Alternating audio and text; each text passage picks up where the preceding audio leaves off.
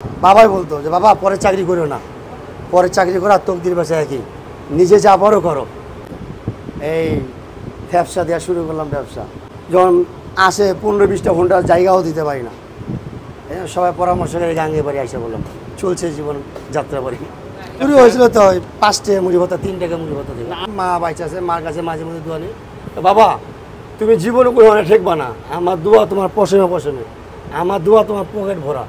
আলহামদুলিল্লাহ, কী লাগে বল, আজ পর্যন্ত কোনো মানে ঠিকই না ইনশাআল্লাহ। ওই যে মহল্লায় সবজি বেচতাম, ওই যে চাকরি ছেড়ে যে সবজি বেচতে বেচতে ওই মুড়ি ভর্তা বেচা শুরু করলাম। মা বাইচা আছে, মার কাছে মাঝে মধ্যে দোয়া নেই। আল্লাহর ঘর দেখা সবার রয়েছে। তো ভাবলাম আমি একা যাবো, অনেক কষ্ট করে অল্প কিছু টাকা জমাইছি। এক ভাই পরামর্শ দিল, মিয়া যেহেতু সময় অনেক গেছে গা, যেহেতু জমাইছ তা আরও 1 বছর পরে যাও, বিবির সাথে করলে যাও। বললাম কথা কিন্তু ভালো হতে হয়েছে। 1 বছর আবার অপেক্ষা করলাম। এই টাকা পয়সা অল্প জমা করে আমাদের এখানে ফয়েজ ভাই নামে একজন এই হজে নিয়ে যায়, আল্লাহ তাআলা ওনার ন্যাক হায়াত দান করুক। তো ওই ভাই ওনার কাছে 1,60,000 টাকা দিলাম।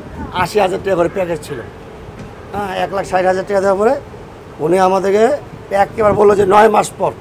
এই সবর করতে করতে দেখতেছি বাচ্চাটা বড় হয়েছে, একটু তোর কার কাছে থেকে যাবো, এরা তো একটু বড় হয়েছে।